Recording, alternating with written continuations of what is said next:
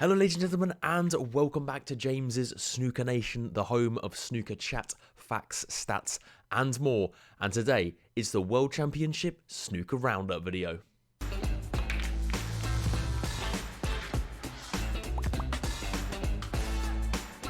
Yes, we have just had 17 days of absolute snooker bliss at the Crucible Theatre in Sheffield. And in this video, I thought we'd sit down, grab yourself a cup of tea, and talk about the competition, some surprise packages, obviously the winner, how it all went, talk about the lack of centuries, and the controversy surrounding the tournament at the moment at the Crucible Theatre. Now, I have already done a video on that, so I'm not going to touch on that too much. I will put a little link to that in the description if you wanted to check that out. But let's jump straight into it. We saw Kyren Wilson last night, at the time of recording this video, of course, beat Jak Jones 18-14 in the final. Wow, what an amazing performance for the Warrior. I was so happy. It was so emotional when he won with his kids and his family. But yeah, what an achievement for Kyren Wilson, because I know that, I think we all know how much that he deserved to win a Triple Crown event, and to do it and to get your first Triple Crown event at the World Championships was absolutely phenomenal. Jak Jones put up an absolute fight, 7-0 down he was, and yeah, you know, Jak Jones, someone who we just didn't expect to see in the final this year. It was absolutely unbelievable. I mean, nobody would have seen Kyren Wilson versus Jak Jones. If you had that on your bet slip, well, congratulations, because that is just a phenomenal prediction. But I don't think anyone saw that. Of course, Kyren Wilson, he has been in a final before, lost 18-8 to Ronnie O'Sullivan in 2020. Bit of a domination match that from Ronnie O'Sullivan, but I'm sure that this has redeemed himself. Jak Jones, let's talk about him. What a competition this Welshman has had. I mean, I'd hardly ever heard of Jak Jones before coming into this tournament. Ranked 44th in the world. No one had him down to get to the final of the World Championships. Amazing player, amazing performance. Now ranked 14th in the world from that £200,000 payout. Fantastic. And let's just touch on who he beat. He beat Jamie Clark and Zhao Yulong in the qualifiers, of course, had to come through qualifying. And he also beat Zhang, Jiahui, and Judd Trump, one of the favourites for the tournament. Most centuries went to David Gilbert. We'll touch on centuries in just a minute, because we did see a lack of centuries this tournament, and we're going to see if there was a reason for that or if it's just pure coincidence. But of course, David Gilbert did pretty well himself in this tournament. Was going toe-to-toe with Kyren Wilson in that semi-final. I was actually there for that, and that was a brilliant semi-final to watch. But yeah, they were toe-to-toe. I don't think there was a frame that separated them up to about 8-8. And then Kyren went 9-8 up, and I think Gilbert had a chance to pot a yellow to go 9-9, missed the yellow, and from there it was all Kyren Wilson really. But yeah, it did fantastically. Of course, 10 centuries at the World Championships is a fantastic achievement. And yeah, congratulations to Gilbert. I think that he'd be happy with that. Obviously, he would have loved to have made the final. But yeah, it just wasn't to be this time. And obviously, Kyren Wilson, the winner of that match, went on to win the whole thing. Let's go for a few little awards I want to give out for the tournament this year. Now, let's touch on Shot of the Championship to start with. And I have got to pick out the Ryan Day screwback on the green. If you guys hadn't seen this, I'll link a clip to it in the description below. Absolutely phenomenal cube out. I don't know maybe Judd Trump, but not many players in the game could play that shot. And it was just fantastic. It's an exhibition shot, but brilliant shot. Player of the championship. Now, I had to think about this, because usually when you give player of the championship to someone, it's someone who's won. And I was tempted to say Kyren Wilson, but I'm actually going to give it to Jak Jones, because I think that Kyren Wilson, at the start of the competition, if you had to choose between Kyren Wilson and Jak Jones to get to the final, you'd have to say Kyren Wilson. So I think just sheer achievement of Jak getting to the final is fantastic.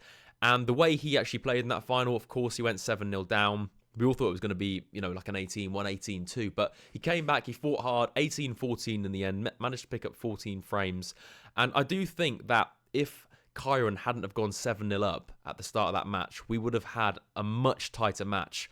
And who knows what would happen. You know, if Jak had been in a final before and had a bit of experience and hadn't gone 7-0 down, it could have gone either way. You know, it could have been a lot closer. So Jak Jones, for me, player of the championship. Break of the championship, I'm going to have to give it to John Higgins versus Mark Allen to win 13-12 on a decider. That double was fantastic. Again, if you haven't seen that break, I'll leave a link to it in the description. I'm sure most of you have, but what a break that was under pressure. Classic John Higgins. I was actually watching it live with my dad at the time, and he's been watching snooker for 30 years.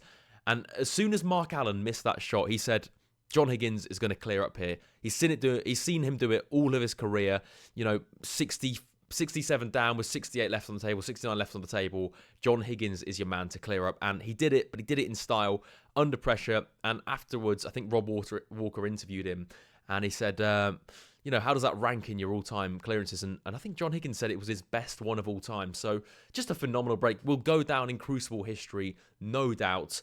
Brilliant break. And moving on from that, match of the championship, I'm actually going to say that match there, the John Higgins-Mark Allen last 16 match, was definitely the match of the tournament for me. Just a brilliant watch, and for it to go to a decider 12-12, and the way that John Higgins won that, just amazing.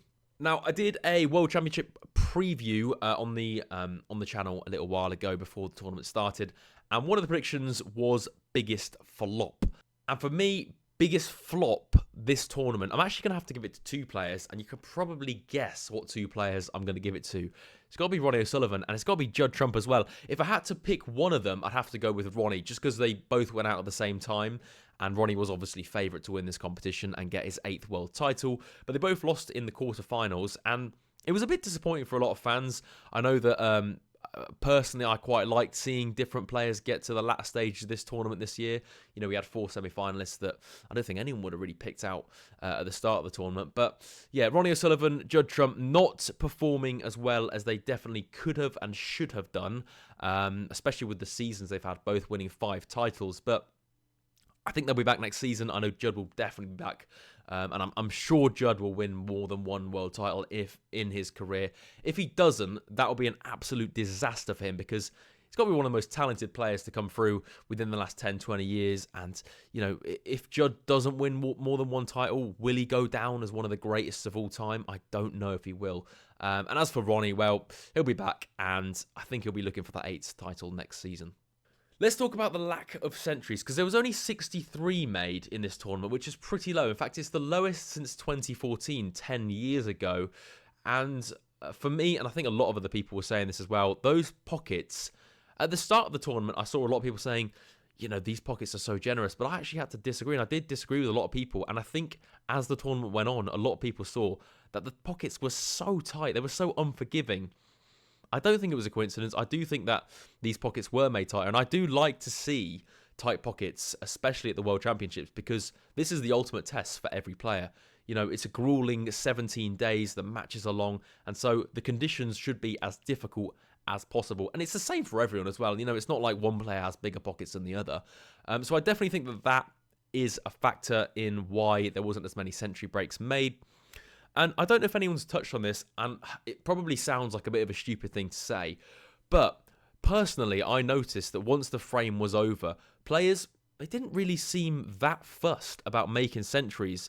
And I know that's a very broad statement, it doesn't apply to every player in the tournament, but I just felt, and I got the feeling that once a player was over the line in a frame, maybe they had a 75 with 57 left on or something like that, that players didn't really, or wasn't really fussed about making a century. And again, it's a broad statement, I know, but it just that's the way it felt to me. The highest break was 142. I think it was made by 3 players, which again is pretty low. You'd expect that to be sort of 144, 145 sometimes. But yeah, it just felt like players weren't too fussed about making big breaks this tournament. But leave your thoughts in the comments for that one. I'll be interested to know why you guys think that there were less centuries made in this tournament. We've got to talk about the tournament as a whole. Was it a success? I think it was a success because we saw a new name on the trophy, and that's always brilliant to see. But there was a lot of talk on Twitter or X as to the fact that it was a bit disappointing to see those big names out. And when we say big names, I think that people are talking about the Ronnies, the John Higgins, the Mark Williams, and the Judd Trumps, and maybe the Mark Selbys, Mark Allens, stuff like that. And it kind of got me thinking, is this the future of snooker? Are we going to see, because, eventually Ronnie, the likes of Ronnie and John Higgins, the class of 92, Mark Williams, and even Mark Selby and people like that to an extent, they are going to drop off. And, you know, is this a sign of what's to come, this kind of more tactical, slow play? You know, we saw Luca Brecel last year reject the tactical side of the game kind of completely and win it. So it's just strange that this iteration of the World Championships, if you like, saw such a lack of centuries. And was that because those big names were knocked out earlier on? I don't know. I think it is just probably a mixture of those unforgiving pockets and maybe a mixture of those kind of bigger break-building players getting knocked out. But it did seem to favour the more tactical side of the game this year. So did you enjoy the World Championships this year? I'm sure most of you guys did. Let me know how you thought it went in the comment section down below. And yeah, did you enjoy the final? Did you watch the final? Let me know in the comment section down below. I've got a World Championship vlog coming out. I went to the World Championships for the latter end of both semi-finals. So I have a vlog coming out very soon on the channel for that, but I'm just in the process of editing it. But I hope you guys are able to tune into that as well. Apart from that, guys, thanks very much for watching this video. Please do drop a like on the video if you did enjoy. And if you are new around here, don't forget to subscribe for all things snooker related. And I'll see you guys in the next video.